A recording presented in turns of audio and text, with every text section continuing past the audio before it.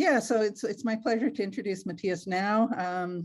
I heard about this routine that he'd gotten involved with and started email or tweeting him or something. I can't remember. Somehow I got in touch because I was so excited about it. And he was kind enough to respond back and give us some tips and then agreed to come and tell us about this here. So Matthias did his, let me see if I can remember this. He did this he did his master's in Tübingen, and then moved to the Kavli Institute in Norway for his PhD. And now he's working at NIH in Chris Baker's lab, and he's got a visiting affiliation with the Max Planck in Leipzig. So he's been all over Europe and North America doing really cool stuff. And I was interested in his CV to see the diversity of theoretically very interesting work and methodologically interesting work, and even some things, a nice paper on how we can make online meetings more inclusive. So lots of diverse things there. And he's going to tell us today about this algorithm he has to do eye tracking without an eye tracker, which I think is a potential game changer for a lot of us. And I'll just tell you one brief anecdote about one of my early PhD students, Jason Gallivan, who was doing a lot of work on reaching and grasping and had his PhD defense. And in his PhD defense, one of the reviewers said, "So how come you didn't measure eye tracking to make sure that subjects were fixating in your scans?" And Jason, who was kind of a casual guy, said, well, because using the eye tracker is a real pain in the gluteus maximus, except he didn't say gluteus maximus. And his chair of his committee got a little perturbed at him. And at the end of his talk, she said, "That was a great defense. You did really well, but please don't ever use that word again in a formal discussion." But he was right that using eye trackers is a big pain in the gluteus maximus. And so because of that, we sort of trust that subjects can fixate. We make subjects fixate through all our experiments because we don't want to deal with an eye tracker. And I think if we can get eye tracking data, as Matthias is suggesting, it's really a potential game changer for naturalistic studies and for getting better quality data across all of our experiments, and maybe even telling whether subjects are alert or drowsy and who knows what. But it's a really cool technique. So I'm very happy that Matthias has agreed to come and tell us about his work here. So over to you, Matthias. Thank you so much, Jody. First of all, thank you very much for inviting me and for this very kind introduction.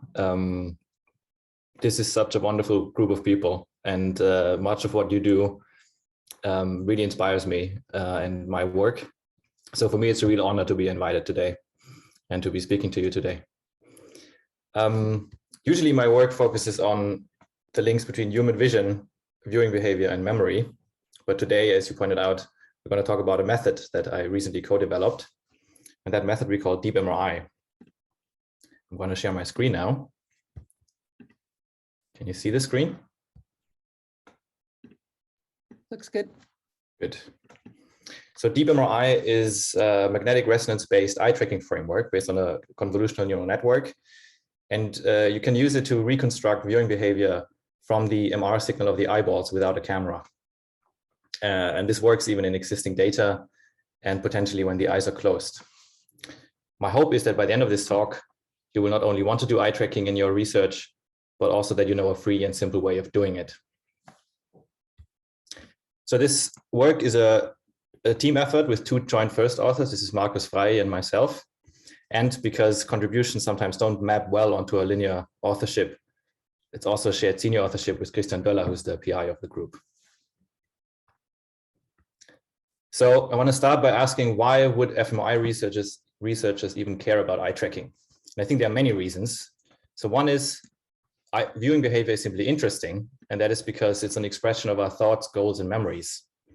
You can use eye tracking to perform studies of visual and oculomotor systems, of diseases and neural disorders that often manifest in certain eye movement patterns or deviations from certain average eye movement patterns.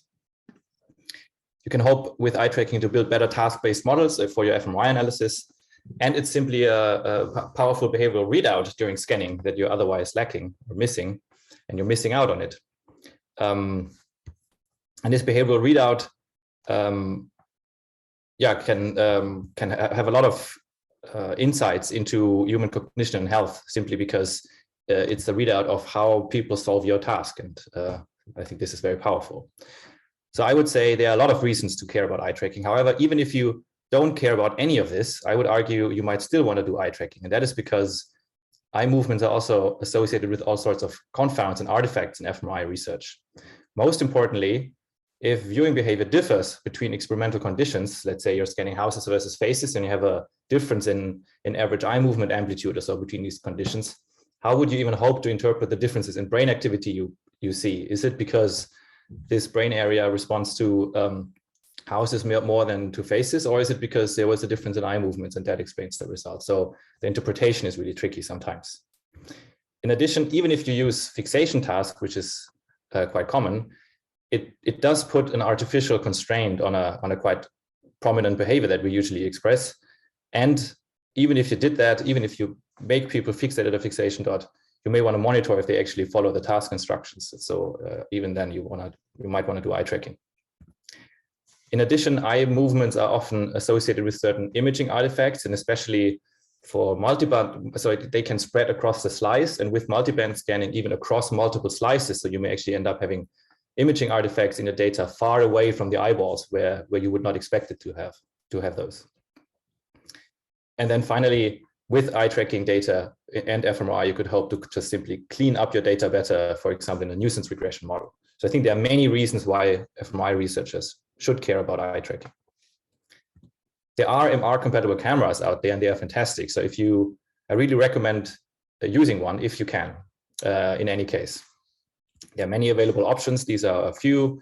So I'm personally familiar with the iLink most of all, but also obviously Arrington, and they're both in a way great. I think the iLink is now basically the gold standard in the field, I would say, and it's a fantastic machine. So please use it if you have one. The reality, however, is that cameras are rarely used in fMRI. In fact, we ran a literature search in the run-up of our study, of our paper, and found that only 10% of the papers actually used eye tracking, and only 5% of those used it in a way, even reported the data and used it in a way that kind of helped the interpretation of the results. Many of them simply used it to monitor task compliance during scanning. Some of them didn't even report the data. So why is that? Why are cameras so rarely used? A few reasons are here. One is they are expensive. So for example, the iLink eye tracker costs $40,000 or actually even more. So that's a substantial amount of money. And if it's just a control for your study and not critical, then you might just not put in this investment. Especially if for smaller labs or hospitals and smaller research and facilities, it's just not affordable sometimes. They're also often not available or applicable in the research, and that is because for example, they require setup time and trained staff to be used. So if you are in a hospital setup, for example, in a setting, and you have 20 minutes to scan your participants, you don't want to spend those 20 minutes on calibrating an eye tracker. Also, even if you did use these cameras, which are great, but they are often noisy, they lose track, they're difficult to calibrate. So even if you use the camera, you may still want to recover, for example, lost data. In addition, cameras do impose certain experimental constraints. For example, the eyes need to be open and they cannot be occluded by the head coil, for example. This is tricky sometimes, for example, in a 7T setup where the head coil is just where the field of view is very narrow, for example. And then finally, once the data is acquired, you can't use cameras post hoc. So if you're analyzing a data set that you downloaded from OpenNeuro, you simply cannot use a camera post hoc. So an alternative framework is magnetic resonance-based eye tracking, and that is reconstructing viewing behavior from the MR signal of the eyeballs. So why would that work? So when the eyes move, the entire surrounding area undergoes dramatic structural changes, which should induce signal variations in the MRI signal, variants that you should be able to pick up and use for eye tracking potentially. And there are actually a couple of earlier studies that demonstrated that this is indeed possible. And the most recent incarnation, this is by Son et al., the peer algorithm. The limitation of that is you would need to use it, you would need calibration data for every single participant and scan session. So it doesn't generalize well to new data. So you can't really use it to go back and analyze existing data. Also, we actually used it in our own research and found that our model that I'm going to present is just a bit more accurate than these previous approaches. So this is, I think, why it would work. To test this, we ran a regions of interest analysis on the eyeballs. So we just extracted the eyeball voxels of data and just plotted the normalized signal intensity of these eyeball voxels as a function of gaze position. So here's the average over, I think, 24 participants looking at the top of the screen, or for example, at the bottom of the screen. And you already see by eye that there's a lot of signal in these eyeball voxels that does reflect gaze position. For example, here's almost like a mirror symmetry in here. So for example, this bright blob here and dark blob here just flip in the as a function of gaze position. So even by eye, there's a lot of signal in these eyeball voxels that you could use for eye tracking. Of course, looking at it is not very usable for useful for your own study. So to make that usable, we developed a convolutional neural network that we call DeepMReye, and it takes as input these eyeball voxels and pushes it through a series of convolutions to select the relevant features and to decrease the size of that input. And then we train fully connected layers, or basically decoders, to decode gaze position on the screen. And we use the Euclidean error between real and predicted gaze position to train this model. So when you push through this network functional volume or these eyeball voxels, you get out gaze position. In addition, we have a separate fully connected layer trained to predict the error of the first decoder here, the Euclidean error. This gives you a predicted error score, even in held out data. Even if you don't have any test labels, it gives you an estimate of how large this Euclidean error probably is. For example, if there's a strong dropout in your eyeballs, or the eyes are missing, or there was misalignment or so, this predicted error would pick this up. And I'm going to come back to this in a minute. So to test this model, we first needed data. And we took data of 268 participants. 90 of those had camera-based eye tracking. And then 170 of those participants performed a quite simple fixation task. So they fixated at various locations on the screen, and we downloaded those. They were shared by Alexander Nau. We also had a couple of smooth pursuit data sets of my previous work, where participants fixated at a moving fixation target, moving smoothly on either circular or these star-shaped trajectories here. And in addition, we had a visual search data set, fully unconstrained visual search shared by Julian et al. In Russell Epstein's lab, with people expressing very complex and natural viewing behavior. They just searched for a search target among a lot of distractors. In addition, we scanned 4 participants with 9 different EPI protocols, performing all of those tasks, where we then really estimate the influence of scan parameters and so on the decoding. By the way, if there are any questions along the talk, please just interrupt. I much prefer a vivid discussion along the way over just me giving a talk and then having a discussion afterwards. So if there's anything unclear, if you want to jump in anywhere, please do that. So we had all of these data sets, and these were acquired on 5 3T MRI scanners with 14 different scan protocols, and they varied in voxel sizes between 1.5 and 2.5 millimeters, and in TRs between 800 milliseconds and 2.5 seconds. So that's actually quite a range. And we co-registered all of this data to our own group template, which we generated by averaging 24 participants fixating at the screen center. And we first co-registered the whole head, then a facial bounding box that included the eyes and the eyeball specifically. And there's basically a one-liner in our code, so you can just use the same thing for the co-registration. And this gives you 2 things. First, it does the eyeball extraction for you. So you just plug in your data and you get back the eyeball boxes. And in addition, this means that the average gaze position of your data set will be centered onto the screen. We can turn this off if you don't like that, but it has a big benefit, which is if, let's say, for example, the mirror placement in the scanner differs across participants, this is being normalized. So the average gaze position reflects the screen center for every single participant. And we showed in the supplements, for example, of our paper that this is well justified for a lot of data sets, even in data sets where you would not expect it to be. And our pipeline produces interactive quality figures in the form of an HTML file, or actually 2 HTML files, one for each participant and one on group level. So you can actually go in and check how well, and easily check how well this co-registration worked and so on. So now we had the eyeball voxels extracted and we had these data sets. And I just want to point out that this predicted error that I introduced earlier tightly correlated with the true Euclidean error in the test set and held out data. And this predicted error you get even if you don't have any ground truth eye tracking or fixation data for your data set.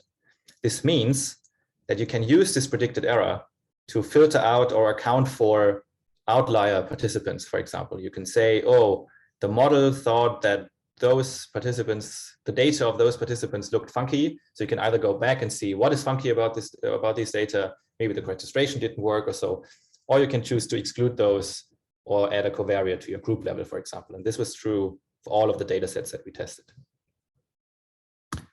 So the critical question here is, does the model work? So what I'm showing you here is single subject data of a single participant fixating at various locations on the screen. And in black, you see the ground truth gaze position, and in petrol, you see the decoded gaze position. And I'm seeing a very close match between the two here. And Matthias, the ground truth is from an eye tracker, is that right? So in this data set, the ground truth is the coordinate on the screen, so the instructed gaze position. Yeah. Okay. But I'll come back to that. Yeah. So this is horizontal and vertical gaze position of one subject over time. And this works for simple fixations on the screen, but even for continuously moving eyes, such as this for this subject that performed this circular smooth pursuit task. And even for fully unconstrained visual search, this is very complex, fast viewing behavior. Our model works extremely well in these single subject cases. So you could say, well, maybe these are just some cherry-picked examples, some random subjects for which the model worked well. So let's look at the group level. So on a group level, we see that the model works extremely well across the board, across all data sets. So what I'm plotting here is a Pearson correlation between the real and the decoded gaze path on the y-axis, and here are the 5 data sets. And each dot here is a participant. And you see that the group level median Pearson correlation between real and predicted gaze path was close to 0.9. This is an extremely high correlation.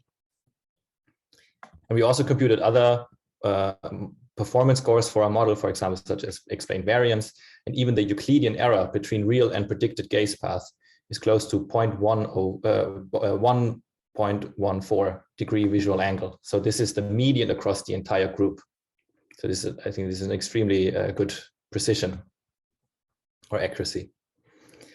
The model did fail in some participants, plotted here in orange. However, the predicted error score flagged those participants as being unreliable. So you know that the model probably didn't perform well in these subjects. So you can go back again and account for those subjects on group level somehow. So DeepMReye decodes gaze position in existing fMRI data and detects outliers in an unsupervised fashion. It's critical to note here that what I'm showing you here are the results of an out-of-sample prediction, meaning that the model has not seen any of these participants during model training. These are held out data. This means you could train the model on a certain subset of participants, then go back to decode from the rest of your group. You could, for example, download a data set from OpenNeuro, for which you potentially have training data, you train the model, and then you decode from this publicly available data set, for example. I just had a quick question. For those that were failing, like what did you go back to see? Like, what was there anything peculiar about those subjects or that data? Yeah, so for example, for this subject here, the co-registration didn't work extremely well. Sometimes the eyes are cut off, right? So there are many issues. Sometimes you have dropout in the eyes that just prevents the model from working. In this data set, which we found interesting, that this is actually the simplest viewing behavior. This is the fixation data set. We had most of the outliers, right? But this has many reasons. So one is, for example, that a lot of these participants are children, and we didn't have camera-based eye tracking, so we only had the instructed gaze position. So potentially they just didn't do the task extremely well, right? Which would show up in our data as a low correlation, because we then had potentially, even if we decoded the correct gaze position, we might still have a low Pearson correlation simply because we didn't have the ground truth. And in addition, in this data set, each participant had very little single subject data, so only a few minutes. So there are quite a few factors in this data set that could explain that. But one common one is, for example, that the registration didn't work well. Now you can go back and change the settings and make it work. Cool, thanks. So I think I've shown you now that the model works. And what we did in our paper is now we asked, how does it work? And what are the boundary conditions of this decoding? So first of all, we asked, how many participants do we need for model training? And to find this out, we used a visual search data set because it's a very complex viewing behavior. And we just fixed the size of the test set. We just randomly picked 6 of those participants. And then we varied the size of the training set between one participant and 21 participants, each time decoding from those 6 that we had. And we cross-validated this by using different training sets here. And these are the results. Here I'm plotting the test error, the normalized test error. So we took out the subject effect. 1 means this is the worst the model did, and 0 means it's the best the model did in our hands. And I'm plotting this test error over the number of participants in the training set. And what you already see is that, quite unsurprisingly, the more training data, the better. So this error goes down the more subjects are in the training set. However, if you look carefully, even as few as 6 to 8 participants actually get you down to almost like 80% or so of the final model performance in this data set. So even as few as 6 to 8 participants do most of the job and actually give you a fairly well-trained model. So I think a fairly small training set is necessary to use DeepMReye. And most importantly, you can actually estimate in the training set what this error is, and then just, for example, add more data until you're satisfied with the model performance, and then move on to the test set and decode from the existing data set, for example. So at least in your training set, you know where on this curve you currently are, or at least how well your model is currently trained. In follow-up analyses, we found that by basically doing something very similar, this kind of subsampling idea, we just subsampled, in addition to the number of subjects in the training set, we also subsampled the amount of data considered for each one of those subjects. And we found that even like 10 to 15 minutes per subject are enough. So that actually the effect saturates after that. So adding more than 10 or 15 minutes scanning per subject doesn't really improve the model performance. So next we asked, what is the effect of voxel size and repetition time on the decoding? As you know, we scanned 4 participants with 9 different API protocols performing all these scanning tasks, smooth pursuit, fixation, and free viewing tasks that I introduced earlier. And again, I'm plotting here the Pearson correlation between real and predicted gaze path for those 3 factors that we varied. So here, this is the repetition time and the voxel size. And I'm going to plot the data pooled in accordance with these factors. And what we see is that shorter TRs tend to work slightly better. And also that 2 millimeters tends to work slightly better. This probably reflects the resolution of our template space, which is 2 millimeters. So if your data had 2 millimeters, you would need less interpolation and slightly less warping to get it into our template space. So 2 millimeters seems to work best. However, I want to point out that this axis here starts at 0.8. So all of those sequences are at a Pearson correlation of around 0.9, which I would argue means that all of these sequences would be an excellent choice for MR-based eye tracking. So I think this slide shows that DeepMReye works for a wide range of voxel sizes and repetition times. Are there any questions about this right now or so far?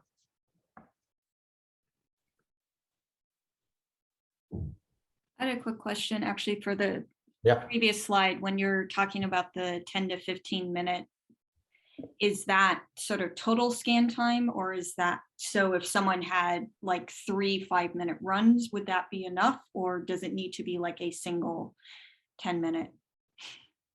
Yeah, so 3 or like 3 times 3 minutes is totally fine. It doesn't Okay. need to be one continuous scan. No. Okay. And overall for model training, more participants is more important than more data per subject. Okay. So again, some of our subjects only had like 3 minutes or so worth of data. And it still works extremely well in many of those. Okay, thank you. So DeepMReye works for a wide range of voxel sizes and repetition times. Next, we asked, do you need to consider hemodynamic lags? So we all know for fMRI analyses of actual brain data, you would need to consider the hemodynamic response function somehow. And even if it would be odd for the eyeballs, we tested that. What's the influence of the HRF on our decoding, or is there one? So again, I'm plotting the model performance here in Pearson correlation, and to find out, we time shifted the eye tracking data relative to the imaging data. So 0 means they are perfectly in sync, the eye tracking and the fMRI data, and then 10 means they are 10 seconds off. And you see that this is actually the data that I've shown you earlier, that if they are perfectly in sync, a model works extremely well. Importantly, we can do the same, for example, in a brain area, for example, visual cortex, where we see if the data is perfectly in sync, we actually don't get a great decoding. So how does this look for the time shifted data? For the eyeballs, we see it just drops off, which makes sense. It means that we're probably picking up on motion artifacts and any sort of instant effects on the MRI signal based on the gaze position and the eye movements. In early visual cortex, doing the same there showed that we get a peak of this decoding at around 5 seconds or so, very likely reflecting the shape of the HRF. So there are 2 takeaways of this slide, I would say. There's one is for the eye tracking of the eye from the eyeballs, you don't need to consider hemodynamic lags. And the second one is you can use the exact same pipeline to decode from brain activity directly. And this is as simple as simply switching out the RIs. So instead of the eyeballs, for example, we just plugged in the voxels of the early visual cortex, and then you get this type of result, for example. So the model is very versatile and can be used also for decoding other stimuli or behaviors from brain activity in addition to eye tracking. So next we asked, what's the temporal decoding resolution? We all know that fMRI is quite slow, and so the repetition times are usually quite long, and the sampling rate is slow. So what I haven't told you yet is that DeepMReye actually decodes 10 gaze labels per functional volume and not 1. We decode 10 gaze labels, and then we average those 10 to obtain 1 per TR. So this has 2 benefits. The first one is it's more robust than decoding only 1. That's what we noticed in our hands, is that decoding 1 gaze position or decoding 10 and averaging, there's actually a difference, and the 10 are better. And in addition, you can now actually check, do the 10 gaze labels reflect something meaningful about certain sub-imaging resolution eye tracking. So what I'm plotting here is single subject data for 3 subjects for these 3 viewing behaviors here. Again, horizontal and vertical gaze position over time. And each of those gray lines is a functional volume onset or a scanner trigger. And then in between are these 10 gaze labels. And these are 3 subjects with a very low predicted error. And we see that even these sub-imaging labels reflect potentially something very meaningful. So for example, in this TR, you see it actually really nicely follows, even within the TR, how the eye is moved. Again, in black is the ground truth, and in petrol is the decoded gaze path. For transparency, here are 3 subjects with a high predicted error, and here it didn't work well. Again, you know that it didn't work well because you have this high predicted error. we also computed the model performance based on these 10, basically considering all 10 samples per volume. And again, we found an extremely high model performance for all of these data sets. So this is a virtual resolution. It's not really meaningful so far. You could potentially decode at 2000 Hertz. The question is, does it actually explain more variance in your eye tracking data? And we test in our data. So here I'm plotting the model performance between 1 and 0. Again, we normalize the subject effect. So 0 means that's the worst the model did, and 1 means it's the best the model did. And I'm plotting this over number of decoded samples per volume between 1 and 10. So here we decoded 1 volume, and here we decoded 10 volumes, and anything in between per TR. And then we tested how much variance in the underlying eye tracking data do we explain. And this is what we find. Yes, more samples actually explain more variance. So this is one of these one of the takeaways. So this suggests that a moderate sub-imaging temporal resolution is indeed feasible. We also see that this saturates quite quickly. In fact, it saturates at around 3 Hertz already in this data set. I should say that the repetition time of this data set was 1 second. So decoding 3 samples means it corresponds to 3 Hertz. So this curve here. Was this multiband data or sort of conventional? Yeah, this is multiband data. Yeah. And what was it? Does this relate at all to the multiband factor? So all of our data sets had multiband, and it worked for all of those. They have various multiband factors. We didn't really observe an influence of that multiband factor on the decoding, but we also did not specifically test. Like we never plotted or varied the multiband factor in a data set.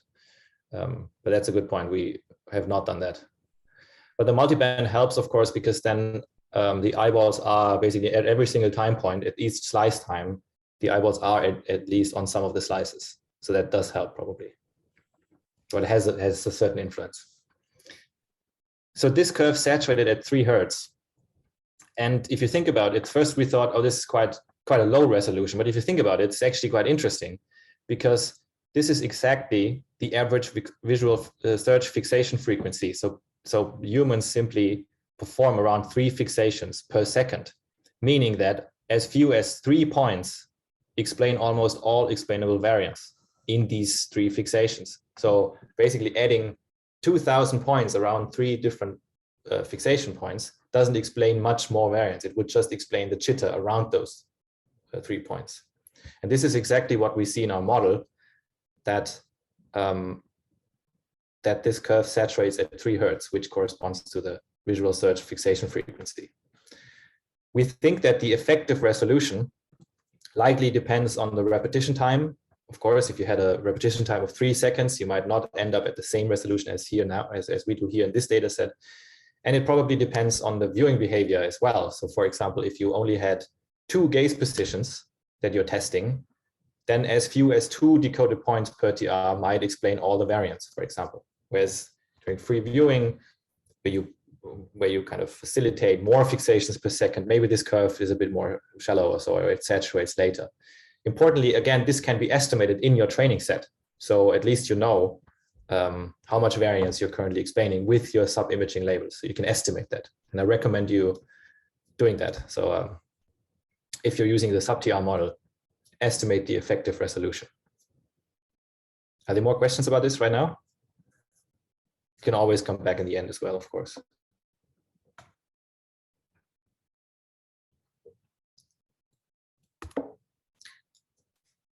So next we asked, can we decode if the eyes were open or closed? This is critical, especially for study, basically for any study, but this makes it makes our model very useful, I think, even for fixation paradigms or resting state or so. There are papers showing that people fall asleep after very few minutes during resting state, for example, like 30% of people fall asleep within the first 10 minutes of scanning. And you may want to know that in your resting state study, for example, or even in your task-based fixation study, you may just want to monitor task compliance and how well they do the task. And the eyes open versus closed decoding might really be useful here. So we tested this. And to test this, we used basically the same model architecture, but a different loss function to train the model. And we decoded the proportion of time spent eyes closed from each functional volume. This is what I'm showing here for a single subject example. Again, this is the proportion of time spent eyes closed per TR over TRs for a single subject. Again, black is ground truth, petrol is DeepMReye. And you see that for this subject, it works extremely well. Now you can turn this into a classification problem and threshold this curve at certain thresholds, for example, at 10% or so, and ask how many of those peaks did I classify correctly and how many of those, or how much of anything below the 10% threshold did I classify correctly. This is what we did. So this is the, here I'm plotting the accuracy. I'm actually plotting the balanced accuracy, which takes into account false alarms and hits. Or basically, it takes into account both sides of that classification problem. So let's say if you only had one instance that is actually above the 10% and 99 below, then if your model just always says the eyes are closed, then you would get a very good accuracy. But then of course you would miss that only the one TR in which the eye was actually open. So the measure that I'm plotting here takes that into account. So it's balanced for these two instances. Sorry, clarification, Matthias, on the previous slide, are those blinks or are those like they're dozing off for a moment? Yeah, so this is a mixture of both, actually. Yeah, so let's say if there's very frequent blinking, that would be considered in here as well. So we did this in the beginning also to get at blinks, really. So this was one of the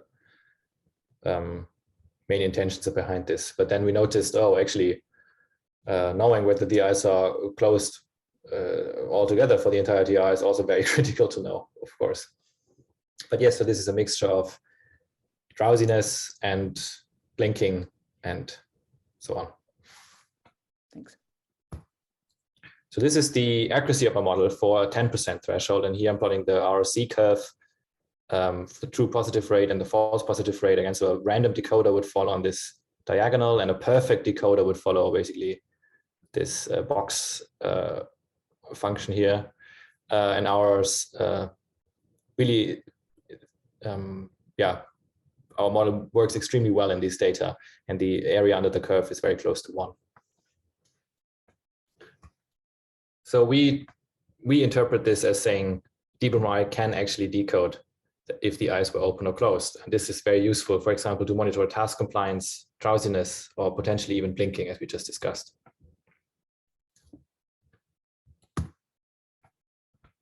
So one point that I mentioned in the beginning is that eye tracker cameras are fantastic, but they do have certain limitations. And one is, for example, that when the eyes are closed or occluded or so, they don't work extremely well, or not at all.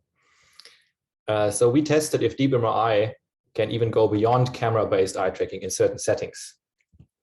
And we had one participant that we scanned while the eyes were closed, and that participant moved their eyes up and down or left and right and just clicked the button to indicate what they were doing.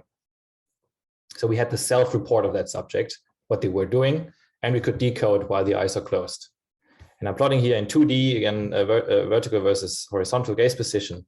And this is what our model uncovered from that participant, which I think fits the self-report extremely well, which suggests that we could actually do eye tracking while the eyes are closed. I should say a caveat or a limitation of this analysis is clearly that it's very little data and it's one single subject. So if you wanted to use this, certainly run thorough pilots and reach out to us. We can actually potentially even optimize the training data further for this type of eyes closed decoding. But for us, this is extremely encouraging. And I think it opens up a lot of possibilities. For example, you could use this for sleep data. For example, you can potentially classify REM sleep from slow wave sleep based on the eye movement pattern in the MRI and so on. Or you could use this even for eyes closed resting state, which is still an extremely large part of the existing data sets out there. overall resting state is a gigantic part of our community and of the neuroimaging data sets out there. So, and I think this has a great potential for this type of data. Our model can also be used, for example, to, again, be trained on healthy volunteers and then be applied on patient groups for which cameras cannot be used or are cumbersome to use. For example, as congenitally blind patients, for which you simply can't do a really good eye tracker calibration sometimes. So our model can be trained on healthy volunteers and applied to the patients. And I would just want to use this slide to encourage you to think about your own experimental opportunities here. There might be many of those that I'm not seeing. So Jody and I, for example, discussed about Virgin's eye movements a lot, and we might run a study together where we actually look into that, because our model, for example, it gets inputs from both eyes, and many eye trackers out there actually are monocular, so it's very difficult to study Virgin's. Probably not impossible, it's difficult. Our model has both eyes, so you can potentially look into 3D eye tracking and other things. There are many applications that we're not seeing here, so I'm just encourage you to think about your own opportunities here. So to really hammer home why any of this matters, I think it's important to look at how well these data can be used to analyze brain activity. Ultimately, of course, you can use this to study viewing behavior, but in the fMRI, if you are interested in viewing behavior, you probably want to buy a camera and get high resolution and all sorts of benefits that a camera can provide. Our framework is really for the many, many users that don't have a camera, don't have access to a camera, or want to do things that you simply cannot do with a camera. And I think at least the first portion of that equation, the people who don't have access to a camera or can't use it for some reason is a really big group in our field. So we tested, can you use the decoded gaze labels to analyze brain activity? And to know what we were looking for, we first ran an F-test using the camera-based eye tracking data of the visual search data that we had. So this is as good as it gets. This is the ground truth camera-based eye tracking. And we ran an F-test to search for effects that reflect eye movement magnitude. So we computed the average eye movement magnitude for HDR and contrasted far versus short eye movements. And this is the F-test here. What we find is there are a lot of regions that are explained by eye movements. Or the activity in many regions is explained by eye movements. This includes, for example, the parietal cortex and the frontal eye fields here, potentially the motion regions and visual cortex. But it also includes a lot of regions that we don't typically associate with oculomotor functions, such as the ventromedial prefrontal cortex, here the posterior cingulate or maybe retrosplenial cortex, the parahippocampal gyrus, and even the hippocampus. So there's so much activity in the brain that is explained by eye movements in here. And this could be, for example, this could be a bias in an experimental condition. This is basically what we're doing here is simulating differences in viewing behavior between two experimental conditions. Again, this could be houses versus faces or so. So you may want to know about this activity because it is in your data if you want it or not. So without eye tracking, you would not be able to know. And this is the result for camera-based eye tracking. And this is the result for DeepMReye. So these are the decoded gaze positions. And it uncovers a strikingly similar brain network. So you can actually potentially use DeepMReye to study these effects. So this is for a data set or for a version of our model that was trained on different data partitions of each participant and then tested on the same participant but of different partitions. But this is also true even for the across participant model that I showed you earlier, that you can just use in fully held out data in data sets that already exist. And then in addition, we also tested across data set decoding here across all our data sets. So this here we really tried to push the boundaries of our decoding and see if it generalizes across scanners, across participants, across viewing behaviors, across fMRI protocols, across continents, because these data were acquired on different continents. Basically, does it generalize across everything we had? And still, it's much less than in these other cases here. But you clearly see that there's still variance explained in this fMRI data. And this across data set prediction here is likely going to improve in the future as more training data is being added to the model training. So I think we're actually quite excited about this across data set generalization, because if that worked eventually, if we had enough training data to push up the performance of this across data set model, you would not need to acquire any more training data. You couldn't really use our pre-trained model out of the box for a lot of data sets. So the take home of this slide is twofold. Eye tracking is extremely important to interpret brain activity. I think this is emphasized by these results. And also DeepMReye can replace or complement camera-based eye tracking in many settings. Just to summarize what we've heard today, DeepMReye is an open source eye tracking framework for fMRI data, and it works without a camera. It enables the reanalysis of existing fMRI data. You can use it to potentially build better task-based models and behavioral readouts. You can use it to clean up your data or to monitor task compliance, or just check for confounds in your data. You could potentially use it for eyes closed eye tracking, for example, during sleep or resting state. You could use it for eye tracking in patient groups, such as congenitally blind. And you can use the same pipeline to decode stimuli and behaviors from brain activity directly using the exactly same pipeline. And our paper is out. It actually came out last Monday in Nature Neuroscience, so I encourage you to check it out. And we also released all the code on GitHub. So if you go to GitHub, plug in this link here, you will find it. And actually, if we do have time, I'm gonna walk you through very quickly what we set up online on GitHub, how this actually looks. Do we have time for this? Yeah, I think that would be great, Matthias. Okay. So. Yeah, Matthias, you have until 2 p.m. Okay, awesome. That's great. So this is our GitHub repository here. So GitHub/DeepMReye. And you have two repositories here. This is the main model code, and this is experimental code to acquire training data. So the main model code here, here is the code. We set up different installation options, for example, here. So we have a CPU version of our model, we have a GPU version, and we have a Colab version, which you can run in the browser. And there's a lot of information here on requirements and so on. Here at the top of this repository, you also find the Jupyter notebook, which gives you a step-by-step walkthrough through the code. So this includes the data import, pre-processing, kind of this eyeball extraction that I showed you, how to visualize the input, do model training, do model evaluation. This is all in here. And this is the same here for the Google Colab notebook. Again, you can actually push your own data to Google Colab and run your data here in the browser. It's quite limited, so it's better to download it, but you can run it in the browser to see how it works and so on. So this is here. You get some interactive figures. For example, here, these are the eyeball voxels of a sample participant as a function of gaze position here. And yeah, you get this model output here, for example, for different subjects. You can just check how well the model performed and so on. So some interactive figures. In addition, we also share a lot of data here. So here's a data repository on OSF, and this includes exemplary data shared by Michael Milham.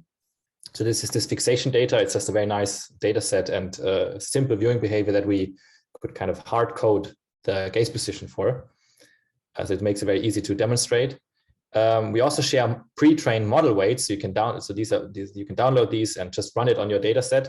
These are models pre-trained on our data sets that we had. So these are the 5 main data sets: fixations, smooth pursuit, and free viewing. But also we have here one model that is trained on all of these data sets. So this is kind of the cross data set model here.